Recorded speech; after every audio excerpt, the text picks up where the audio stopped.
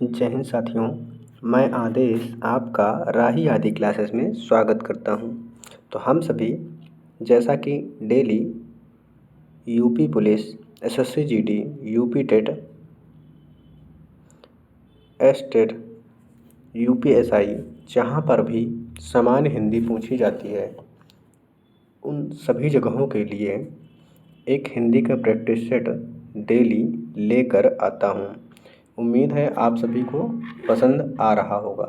आप सभी को चाहिए कि प्रैक्टिस सेट ज़रूर करें ताकि हमें पता चलता है कि हमें कितना आ रहा है, या हमें ये भी पता चलता है कि हमारा कौन सा टॉपिक, कौन सा चैप्टर थोड़ा सा कमज़ोर है और उसे पढ़ने की ज़रूरत है।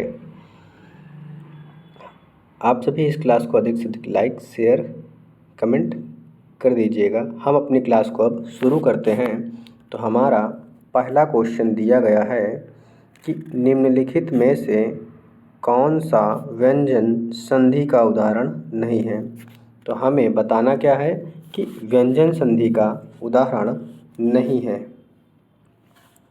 सदैव, सदैव में आप सभी जानते हैं कि स्वर संधि है। सदा धन एव हो जाएगा। मनोरथ में विसर्ग संधि है।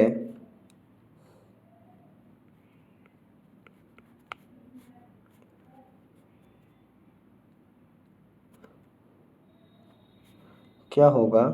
मनः धन रथ हो जाएगा। सदैव में सदा धन एव हो जाएगा तो सदैव बन जाएगा। निर्गुण में भी विसर्ग संधि है। निधन गुण हो जाएगा। लेकिन सदाचार में व्यंजन संधि है। हमारा राइट आंसर डी है। सदाचार में सत धन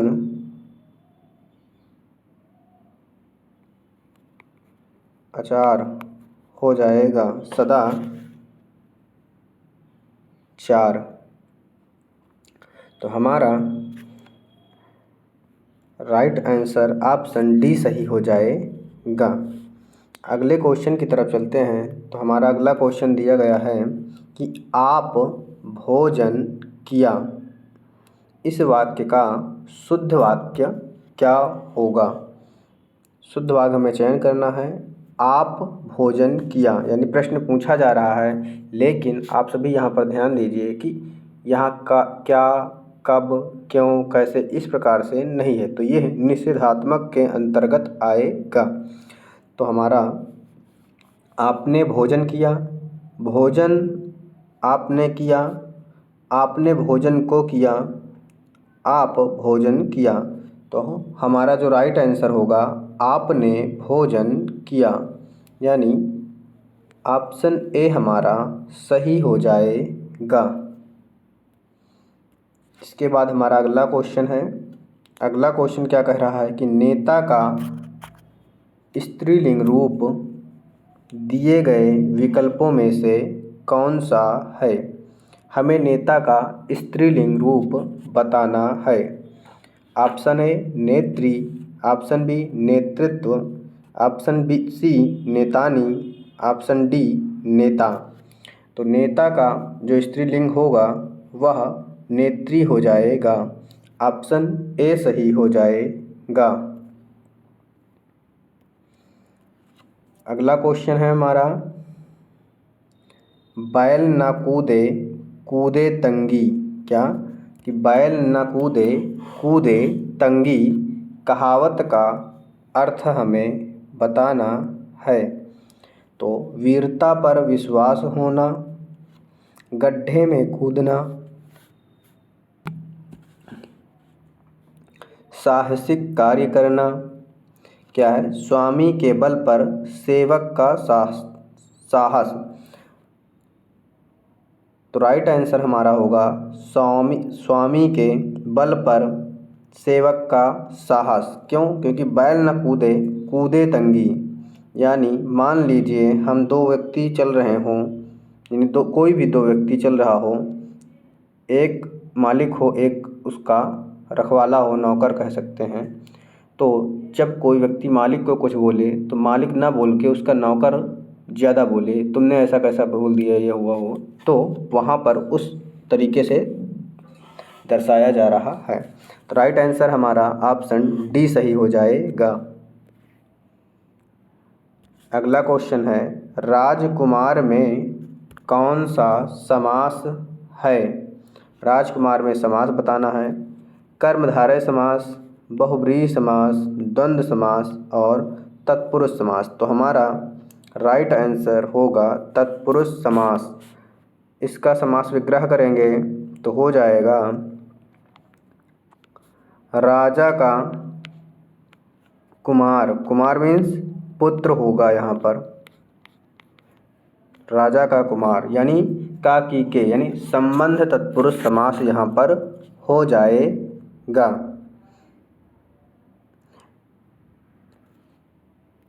अगला क्वेश्चन हमारा है क्या कि निम्नलिखित के पर्यायवाची शब्द का चयन दिए गए विकल्पों में से है।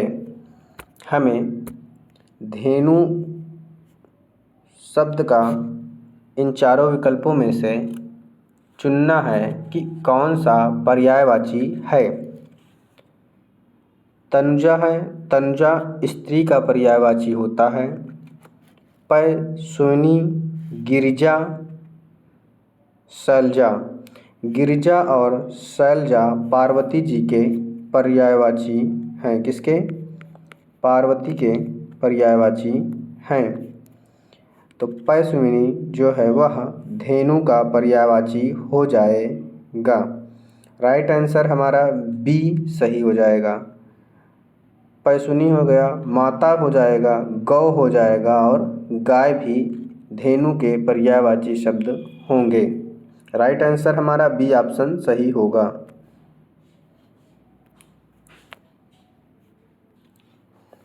हमारा अगला क्वेश्चन है, गौ से सामान्य बहुवचन दिए गए विकल्पों में से कौन सा है? यानी गौ से सामान्य बहुवचन में बताना है। गौ से, गायों से, गौआओं से तो नहीं, गौओं से, यानी हमारा राइट आंसर ऑप्शन बी सही हो जाएगा। अगले क्वेश्चन की तरफ चलते हैं। हमारा अगला क्वेश्चन है, कौन सा व्यंजन संधि नहीं है? हमें क्या बताना है कि व्यंजन संधि किसमें नहीं है।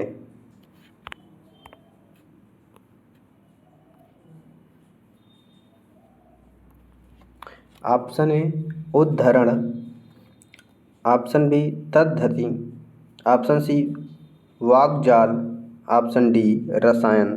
हमें चूज क्या करना है, विकल्प का चयन क्या करना है कि व्यंजन संधि नहीं है। जैसे उद्धरण में व्यंजन संधि है, इसका विच्छेद करेंगे तो होगा उत धन हरण। उसी प्रकार तद्धति में होगा तत् धन हित।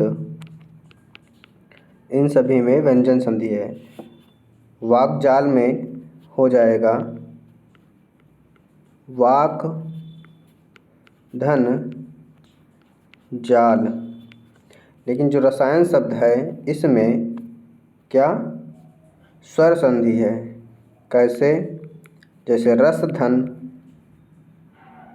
आयन, तो यहाँ पर रसायन हो गया है। यहाँ सा में आ है और आ है, आ मिलके दीर्घ हो गया है, तो दीर्घ स्वर संधि है।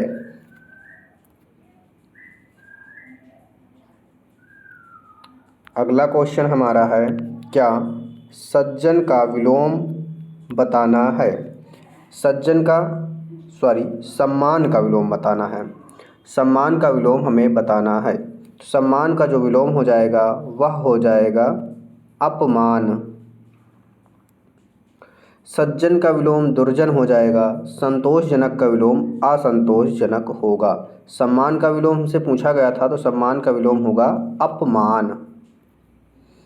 अगले क्वेश्चन की तरफ चलते हैं। तो हमारा अगला क्वेश्चन क्या है, तन शब्द का लिंग निर्धारित कीजिए।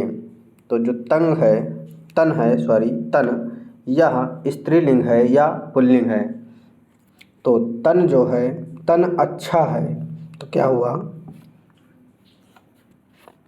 तन अच्छा है, तो तन हमारा पुल्लिंग शब्द हो जाएगा। अगले क्वेश्चन की तरफ चलते हैं। तो हमारा अगला क्वेश्चन क्या है, सज्जन शब्द में समास बताना है। क्या, सज्जन शब्द में हमें समास बताना है। तो सज्जन को हम विग्रह करेंगे तो क्या होगा कि सत है जो जन, यानी अच्छा है जो व्यक्ति या पुरुष कुछ भी कह लें, तो यहाँ पर कर्मधारय समास हो जाएगा। कौन सा, सज्जन में कर्मधारय समास होगा। तत्पुरुष में क्या होता है कि यहाँ पर जब हम विग्रह करते हैं तो कोई न कोई विभक्ति या परसर्ग आता है। द्वंद्व समास में दोनों पद प्रधान होते हैं। द्विग समास में पहला पद प्रधान यानी संख्यावाची होता है। सज्जन में कर्मधारय समास होगा। अगला क्वेश्चन हमारा है, मालगाड़ी शब्द का समास विग्रह हमें बताना है।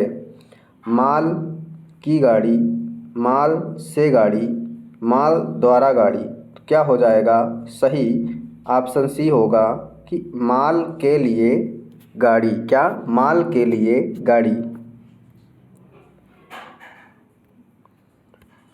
अगला क्वेश्चन हमारा है क्या, कि हमें सुमेलित करना है। ध्यान दीजिएगा, जैसे छ है, उसके बाद छ आघोष के अंतर्गत आता है या नहीं, महाप्राण के अंतर्गत आता है या नहीं, और तालु, यह आप देख लीजिएगा, मतलब बता रहे हैं।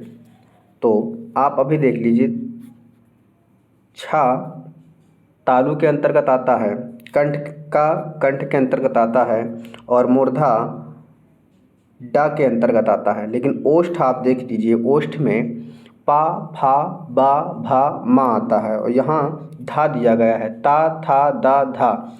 क्या है कि ये दंत वर्ण के अंतर्गत आता है। आप यहीं से आप चयन कर सकते हैं विकल्प का कि कौन सा अशुद्ध सुमेलित है। तो अशुद्ध तो हमें तुरंत मिल गया कि क्या, कि ऑप्शन डी सही हो जाएगा। आघोष वर्ण कौन कौन से होते हैं, वर्गीय व्यंजन का पहला और दूसरा वर्ण आघोष होता है। उसके बाद महाप्राण में आप देख लीजिए, महाप्राण के अंतर्गत दूसरा और चौथा वर्ण आता है वर्गीय व्यंजन का, यानी का से माँ तक लेके, इसे 24 ना समझिएगा। उसके बाद आघोष पहला और दूसरा वर्ण। अल्प प्राण क्या होता है, अल्प प्राण के अंतर्गत वर्गीय व्यंजन का पहला, तीसरा और पांचवा वर्ण आता है। और महाप्राण यहाँ पर देख लीजिए, महाप्राण के अंतर्गत दूसरा और चौथा आता है। तो राइट आंसर इस क्वेश्चन का हमारा डी होगा। धा जो है वह दंत होता है, ना कि ओष्ठ। अगला क्वेश्चन है, अर्धविराम चिन्ह कहाँ लगता है। अर्धविराम चिन्ह क्या होता है, आप यह जानते हैं कि ये वाला चिन्ह होता है अल्प विराम। क्या होता है, अल्प विराम का होता है। और जो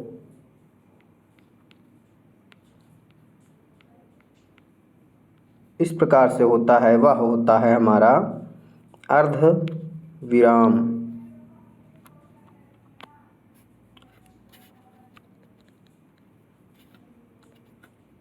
क्या होगा, अर्ध विराम होगा, और ये होता है पूर्ण विराम। तो अर्ध विराम में क्या होता है कि अल्प विराम से थोड़ा ज़्यादा समय लगता है, लेकिन पूर्ण विराम से कम समय लगता है। तो यहाँ पर हमें देखना, जहाँ अल्प विराम की अपेक्षा थोड़ा अधिक रुकना हो, क्या अल्प विराम के अपेक्षा थोड़ा अधिक रुकना हो, तो हमारा राइट आंसर ए ही मिल गया। जहाँ आप अल्प विराम की अपेक्षा थोड़ा कम नहीं, तो हमारा जो राइट आंसर हो जाएगा वह ऑप्शन ए सही हो जाएगा। आप सभी ध्यान दीजिएगा, अल्प विराम से अधिक रुकना होता है अर्ध विराम में, और पूर्ण विराम से कम रुकना होता है। अगले क्वेश्चन की तरफ चलते हैं। तो अगला क्वेश्चन हमें ये देखना है कि वैदिक संस्कृत से लेकर आधुनिक युग तक की हिंदी के विकास का क्रम हमें बताना है। तो सबसे पहले क्या होगा, वैदिक संस्कृत होगा। क्या होगा, सबसे पहले वैदिक संस्कृत होगा। तो ऑप्शन ए तो हमारा ऐसे ही कट गया। उसके बाद लौकिक संस्कृत होगा। तो डी में देखिए तो अपभ्रंश दे दिया गया है दूसरा, तो डी ऑप्शन भी हमारा कट गया। वैदिक हो गया, वैदिक संस्कृत, लौकिक संस्कृत। उसके बाद पाली आएगा। क्या आएगा, पाली आ गया। तीसरे में क्या दे दिया गया, अपभ्रंश दे दिया गया। तो हमारा तीसरा ऑप्शन भी गलत हो गया। तो राइट आंसर हमारा ऑप्शन बी सही हो जाएगा। सबसे पहले वैदिक संस्कृत, फिर लौकिक संस्कृत, उसके बाद पाली, प्राकृत, अपभ्रंश, फिर आएगा अवहट्ट, फिर आएगा हमारी आधुनिक हिंदी। तो राइट आंसर हमारा इस क्वेश्चन का बी होगा। अगले क्वेश्चन की तरफ चलते हैं। तो हमारा अगला क्वेश्चन है कि निम्नलिखित में से विकल्प में सभी शब्द पर्यायवाची हैं। यानी हमें चुनना क्या है कि जिसमें एक ही चीज़ के पर्यायवाची सभी दिए गए हों। चपला, सौदामिनी, चंचला, मेखला। तो यहाँ पर ऑप्शन ए गलत हो जाएगा। चपला, चंचला, सौदामिनी है, लेकिन मेखला नहीं है। बी ऑप्शन में है सतीश, शंकर, महेश, शिव। यानी हमें तुरंत ए के बाद बी पे गए तो बी ऑप्शन हमारा सही मिल गया। यह सभी भगवान शिव के पर्यायवाची शब्द हैं। शार्दुल, केहरी, व्याघ्र, ये सभी सिंह के हैं, लेकिन अयाल नहीं हैं। अच्युत, गरुड़ध्वज, भालचंद्र, विनायक। विनायक जो है वह गणेश जी का पर्यायवाची आ जाता है। राइट आंसर हमारा बी सही हो जाएगा। अगला क्वेश्चन है हमारा कि आकर्मक धातुओं से बनने वाला और सदैव एक वचन पुल्लिंग और अन्य पुरुष की क्रिया वाला वाच्य हमें बताना है। किसमें, आकर्मक। जो कर्मवाच्य होता है उसमें सकर्मक होता है। क्या, सकर्मक होता है। तो ए तो हमारा नहीं होगा। और उसके बाद है कर्तृवाच्य, इसमें आकर्मक और सकर्मक।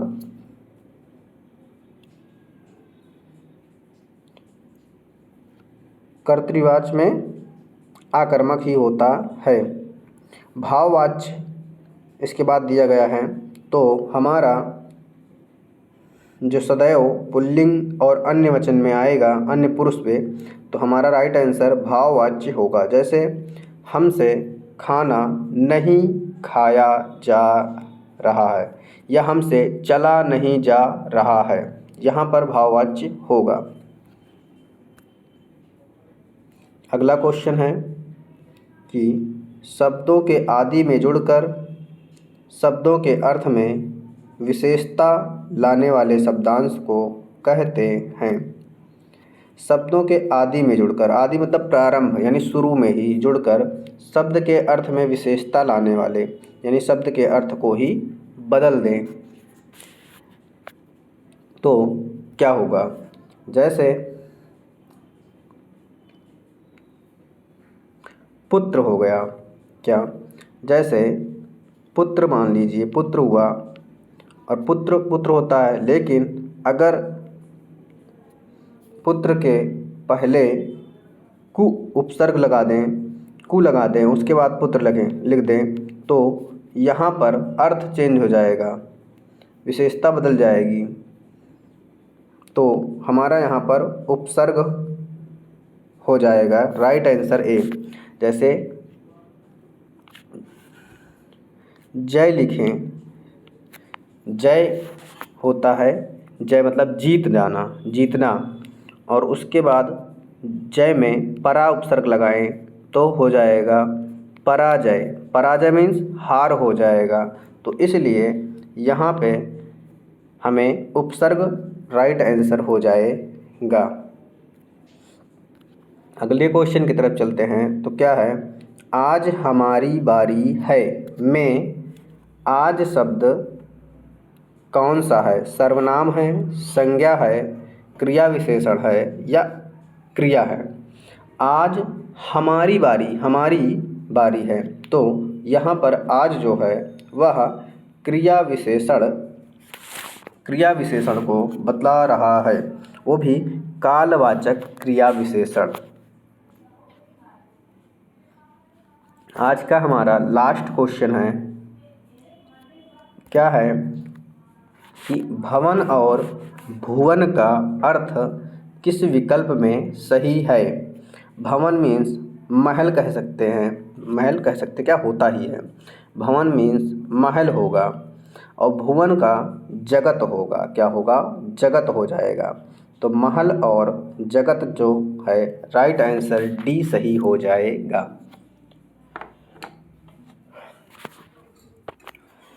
तो आज के क्वेश्चन यहीं पे समाप्त होते हैं। उम्मीद है आप सभी को क्लास पसंद आई होगी। आप सभी अपना सहयोग और प्यार बनाए रखिए पूर्ण रूप से, क्योंकि जब आप ही लोग सपोर्ट करेंगे तभी एक दूसरे के सपोर्ट से ही हम लोग आगे बढ़ते हैं। तो हम अपना यानी मैं 100% देने का प्रयास करता हूँ। आज की क्लास को यहीं पे समाप्त करते हैं। आप सभी का इस क्लास में जुड़ने के लिए तहे दिल से धन्यवाद।